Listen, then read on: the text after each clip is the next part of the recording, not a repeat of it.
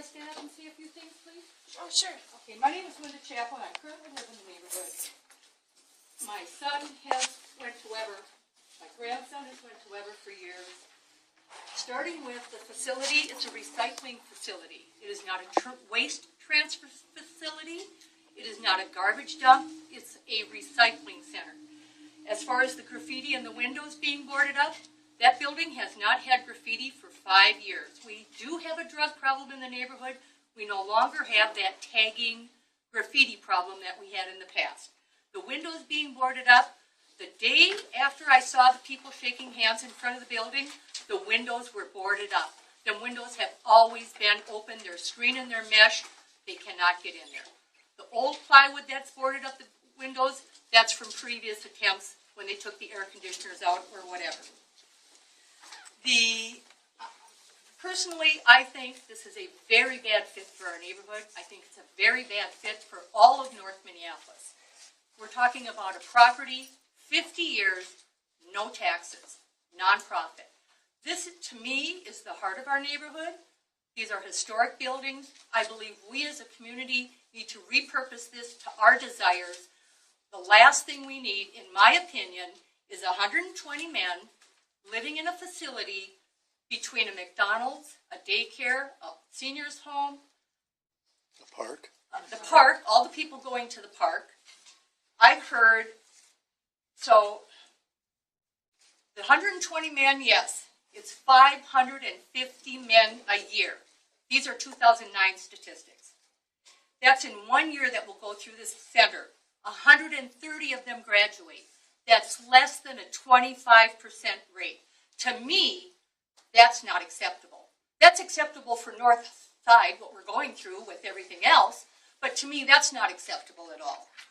So where do those 410 men go when they get done? They've kind of made friends in our neighborhood. This is not a treatment facility. It does not follow treatment facility rules.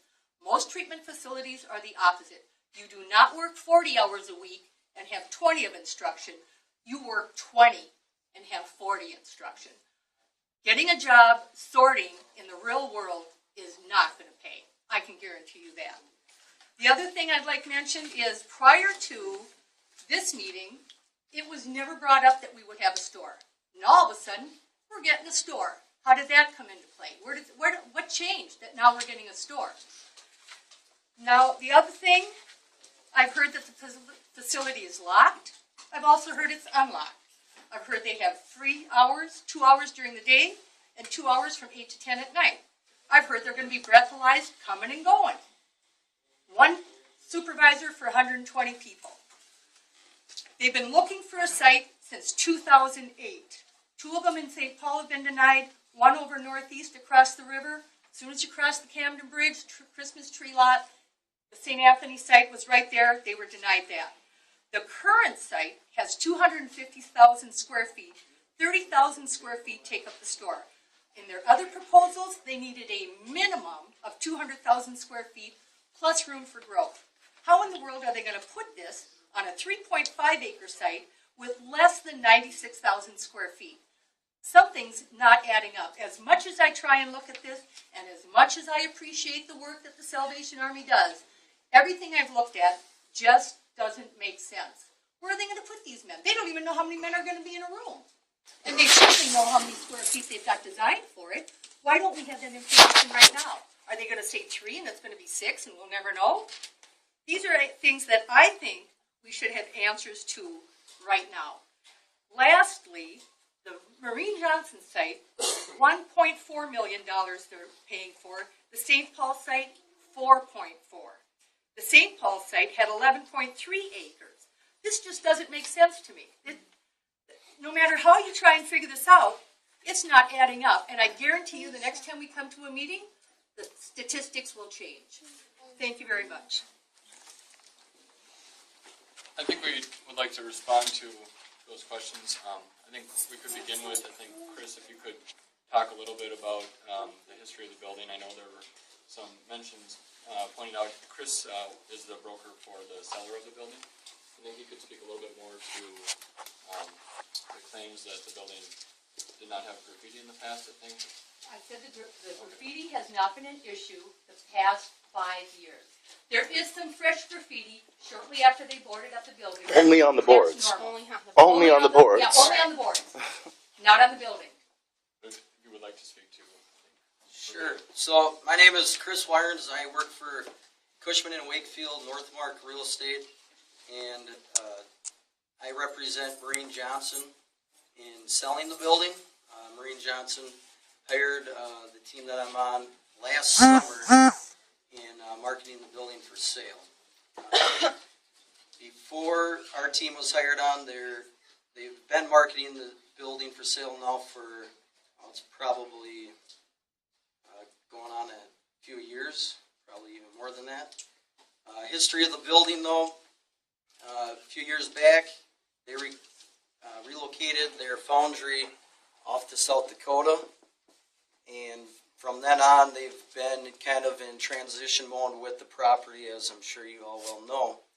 And as of just a few months ago, Mereen Johnson was purchased by another company, and now they're completely moving out of the building as we speak right now.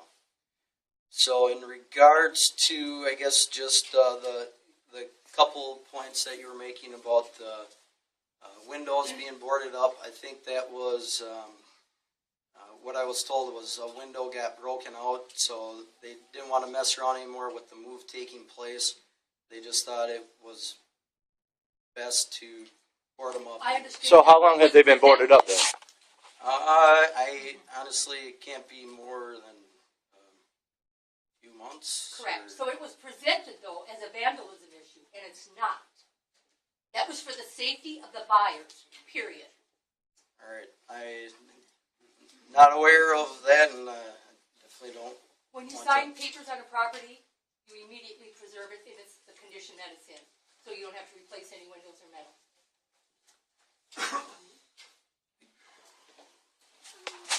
Don't think that's not the case in this point.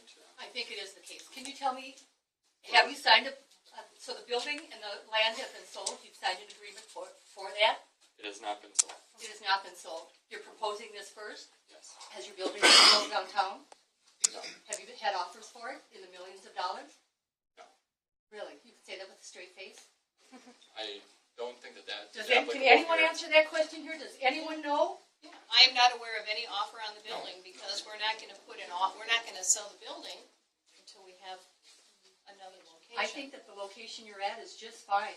I think if it's worth $5 million today, it's worth $25 million tomorrow. Yes, can I interject a couple questions here? My name's Amy Lucerbrink, and I'm the staff person for the Lynn Bohanon Neighborhood Association. I appreciate that there's lots of people here tonight, and I'm sure that lots of people have questions and things that they have on their mind that they'd like to also get out into the conversation. So if there's another person that would like to speak at this time, yes. My name is Tracy, and I'm a neighborhood resident, and I'm concerned because I have been down to the Salvation Army to do the breakfast with my sister's mission group many times, and go to the farmer's market. I see what goes on down there. I'm concerned that we're going to have men in our neighborhood, in our parks, where we can't hardly even ride our bikes anymore now.